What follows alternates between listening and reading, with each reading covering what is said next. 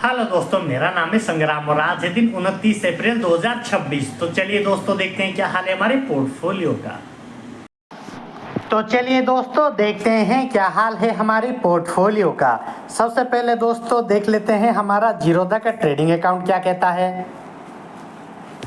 और आज दोस्तों देखा जाए तो हमारा निफ्टी बैंक 120 से 130 पॉइंट के करीब बढ़ा हुआ है, जो कि हमारा 0.5% के करीब है। और निफ्टी 50 हमारा 100 से 120 पॉइंट के करीब बढ़ा हुआ है, ये भी दोस्तों 0.5% के करीब है। और यहाँ पर दोस्तों हमारा विमप्लास्ट फ्लैट है, एलटी फूड्स हमारा 0.5% के करीब बढ़ा हुआ है, पीरामल फाइनेंस हमारा 1 से 2% के करीब बढ़ा हुआ है, यूपीएल हमारा 1% के करीब बढ़ा हुआ है, टाटा स्टील हमारा 0.5% के करीब बढ़ा हुआ है, वेदांत हमारा इससे 2% के करीब बढ़ा हुआ है दोस्तों, जनरल इंश्योरेंस 0.5% के करीब बढ़ा हुआ है, पीएफसी हमारा 1 से 2% के करीब गिरा हुआ है दोस्तों, टाटा मोटर कमर्शियल व्हीकल 1 से 2% के करीब बढ़ा हुआ है, और टाटा मोटर पैसेंजर व्हीकल 1 से 2% के करीब बढ़ा हुआ है दोस्तों।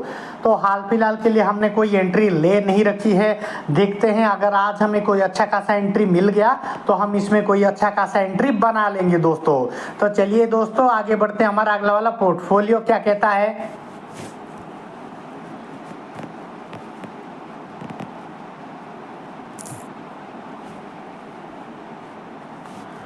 तो यह है दोस्तों हमारा कोटक न्यू का पोर्टफोलियो, जिसमें हमारा ओवरऑल प्रॉफिट 8 to 9,000 के करीब दिखा रहा है, जो कि हमारा ओवरऑल 16 to 17% के करीब प्रॉफिट है दोस्तों।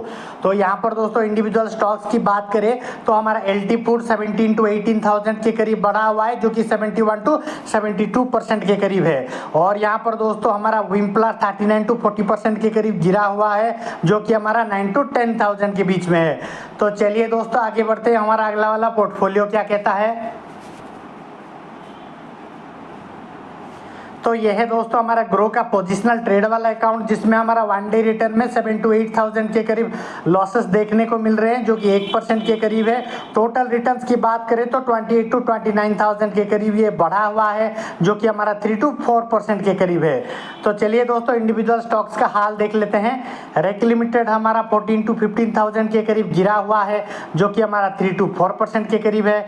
पीएफसी हमारा 18 to 19,000 के करीब बढ़ा हुआ है, जो कि हमारा 10 to 11% के करीब है। ओएनजीसी हमारा 14 to 15% के करीब बढ़ा हुआ है, जो कि हमारा 22 to 23% के करीब है, 23,000 के करीब है दोस्तों। तो चलिए दोस्तों देख लेते हैं हमारा म्यूचुअल फंड्स का क्या हाल है। म्यूचुअल फंड्स की बात करें तो दोस्तों 1 डे रिटर्न में 1300 to 1500 के करीब ये बढ़ा हुआ है, 0.10 के करीब परसेंटेज में हमारा बढ़ा हुआ है। टोटल रिटर्न्स की बात करें तो 15 to 16,000 के करीब ये बढ़ा हुआ है, जो कि हमारा ये 1 to 2% के करीब बढ़ा हुआ है। इसका XIRR पॉजिटिव में आ गया है दोस्तों, 1.0% का हमें पॉजिटिव XIRR देखने को मिल रहा है दोस्तों। तो हाल फिलहाल के लिए हमें इसमें कोई चेंजेस करने की जरूरत नहीं है। निफ्टी जैसे जैसे अपसाइड मोमेंटम दे देगा तो धीरे धीरे ये भी अपना पॉजिटिव रिटर्न दिखाना शुरू कर देगा दोस्तों। तो चलिए दोस्तों आगे बढ़ते हैं, हमारा अगला वाला पोर्टफोलियो क्या कहता है।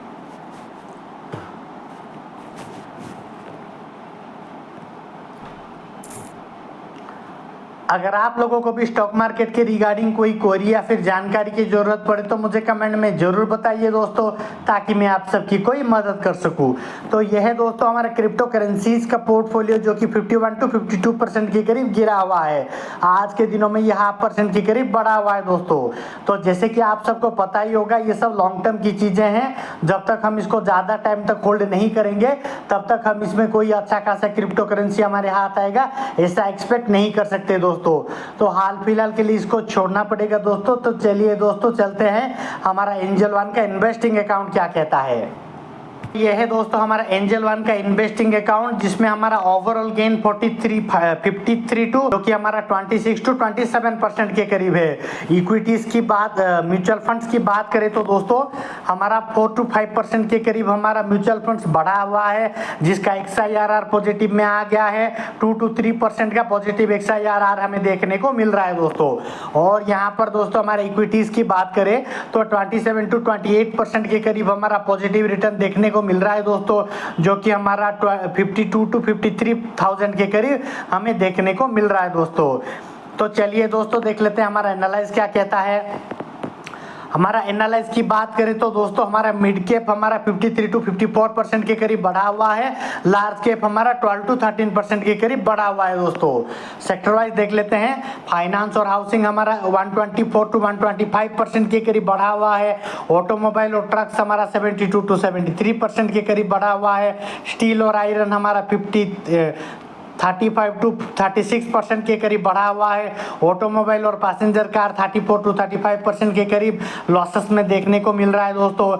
पेस्टिसाइड और एग्रोकेमिकल हमारा 20 to 21% के करीब बढ़ा हुआ है, अदर्स में हमारा 16 to 17% के करीब गेन देखने को मिल रहा है, जिसमें हमारा फाइनेंस और एनबीएफसी 9 to 10% के करीब गेन देखने को मिल रहा है, मेटल और नॉन फ्यूरस हमारा 40 to 41% के करीब गेन देखने को मिल रहा है दोस्तों।